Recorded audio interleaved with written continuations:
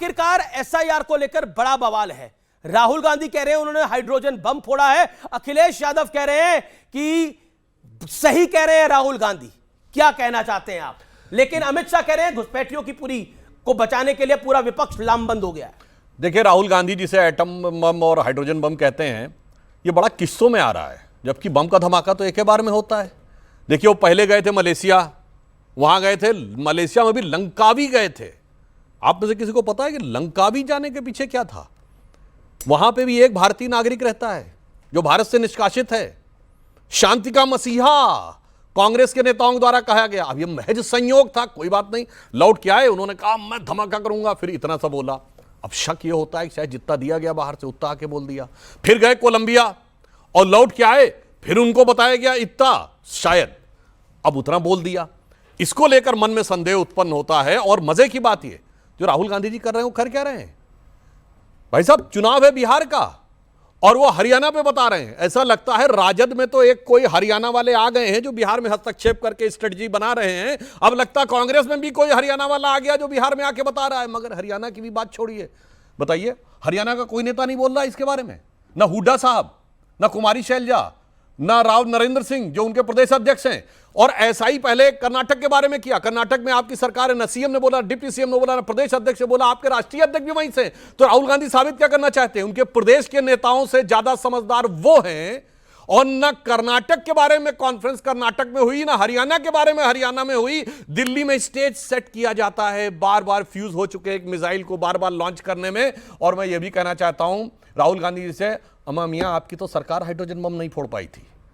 मैं विनम्रता और चुनौती से दर्शकों से कहता हूं, 1974 का जो परमाणु विस्फोट था, कांग्रेस ने बिल्कुल नहीं कहा कि हमने बम बनाया। उसने कहा जी हमने शांतिपूर्ण कार्यों के लिए किया है। 98 में जो वाजपेयी सरकार ने कहा था, हमने कहा था we are the nuclear state. ये दोनों में अंतर था और हमने उसमें हाइड्रोजन बम भी किया था। अब आते हैं इसके ऊपर। भाई साहब, डर उनको लग रहा है जिनके अरमान उन लोगों के साथ जुड़े हुए हैं जो देश को लेकर एक प्रांत से दूसरे प्रांत के वोटर पे बात करते हैं, दूसरे देश के वोटर पे बात ही नहीं करते। यानी कारण क्या है? हमारे यहां तो नेता भी विदेश से आ जाते हैं, विदेशी मूल के भी आ जाते हैं, और वोटर भी विदेशी मूल के आ जाते हैं, और देश के अंदर लड़ाई करवाने की व्यवस्था कराते हैं। और मैं यह भी बात कहना चाहता हूं कि जो कुछ कांग्रेस ने एसआईआर के लिए किया है, जो आप कहना चाह रहे हैं, वो तो बात पूरी तरीके से और साबित हो रही है कि और ज्यादा आवश्यकता है। परंतु मैं यह भी पूछना चाहता हूं कि यह बताइए, आपने जितनी बातें की उसमें आधी तो फर्जी निकल गई। और यह भी एक मजेदार बात सोचिए, वो ब्राजीलियन मॉडल, आपको याद है प्रेस कॉन्फ्रेंस में जब राहुल गांधी ने पूछा anybody can guess who is she, तो कोई पत्रकार नहीं बता पाया। तो पहले बताइए, राहुल गांधी जी की टीम में कौन था जो ब्राजीलियन मॉडल को पहचानता था? जी, ये वही पहचानेगा जो कोलंबिया से लेकर ब्राजील तक घूमता था। जी, तो इसीलिए मैं लास्ट में सिर्फ ये कहना चाहता हूं, इनके लगातार बम वैसे ही चल रहे हैं जैसे वो पाकिस्तान का एक मंत्री था ना जो कहता मेरे पास पाव पाव भर के बम है, वो अब्दुल राशिद नाम था। तो ये छटाक भर का जो हाइड्रोजन बम फोड़ा है और बार बार आकर अपनी बेइज्जती करवाई है, तो उसके लिए एक पंक्ति बस कहना चाहता हूं जो कांग्रेस कर रही है एसआईआर पे या विपक्षी दल, कि सच जरा सा घटे या बढ़े तो सच सच न रहे, मगर झूठ की तो कोई इंतहा नहीं। लाख चेहरे बदल के आ जाते हैं ये, पर आईना कम वक्त झूठ बोलता है। फराज भाई, आखिरकार ये वोट बैंक बचाने की लड़ाई है, घुसपैठियों को बचाने की लड़ाई है। अमीर जी, ये वोट बैंक को बचाने की लड़ाई नहीं है, ये देश को बचाने की लड़ाई है। ये देश के लोकतंत्र को बचाने की लड़ाई है। ये देश के फेडरल स्ट्रक्चर को बचाने की लड़ाई है। और अभी आपने बड़ी अच्छी शुरुआत की कि 14 नवंबर को किसका नंबर आएगा। सुधांशु जी की मैं एक बात से सहमत हूं कि यहां पर बिहार की बात होनी चाहिए। अमीश जी, 14 नवंबर को किसका नंबर आएगा? और सुधांशु जी, आपकी पंक्तियों के लिए 4 पंक्तियां मेरी तरफ से भी अर्ज है कि तेरे उरूज के ऊपर जवाल आएगा, रगे अवाम में अब तो उबाल आएगा। जनाब, 14 नवंबर को देख लेना तुम, शपथ के वास्ते लालू का लाल आएगा। ओके, आप देखिएगा 14 नवंबर को। अमीर जी, मैं ऐसा क्यों कह रहा हूं कि लालू का लाल आएगा? भारतीय जनता पार्टी की अगुवाई में, नीतीश कुमार जी की अगुवाई में जो एनडीए की सरकार चल रही है, हम कुछ बोले तो वो गलत, आम आदमी पार्टी कुछ बोले तो गलत, कांग्रेस बोले तो गलत, लेकिन अगर चिराग पासवान बोलते हैं कि I feel sorry to be backing Bihar government, तो यह गलत है कि सही? ये सुधांशु जी आप बताइएगा।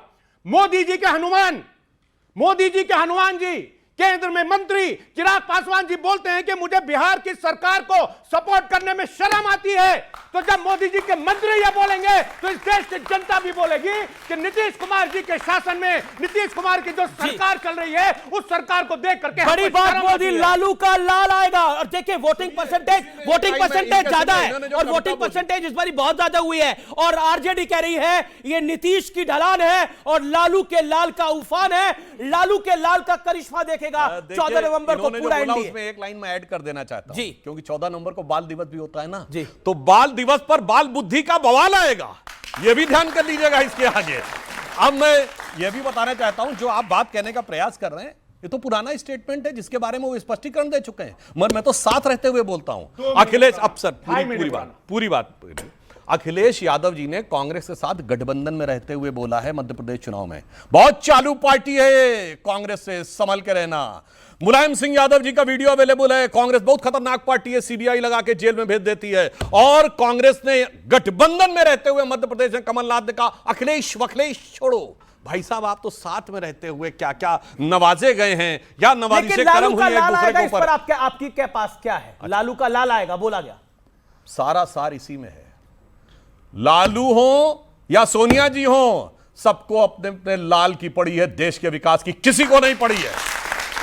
प्रधानमंत्री जी कहते हैं 2047 तक देश का विकास होगा और विकसित राष्ट्र बनेगा। मैं कहता हूं आपके लाखों दर्शक जो देख रहे हो अपने दिल पे हाथ रख के पूछें क्या सोनिया जी लालू जी ये चाहते हैं? वो कहें नहीं 47 तक अगर कुछ हो पाए तो हमार बिटवा, हमार बिटिया। और ये भी मजे की बात है, ये लालू का कौन सा वाला लाल आएगा? हाँ, एक लाल उधर है, एक लाल इधर है, कौन सा वाला लाल आएगा? तरफ लाल खड़े हैं। तेजस्वी जी या तेज प्रताप जी? मनोज सिंह, लालू का लाल आ सकता है बिहार के अंदर, ऐसी उम्मीदें जगी है।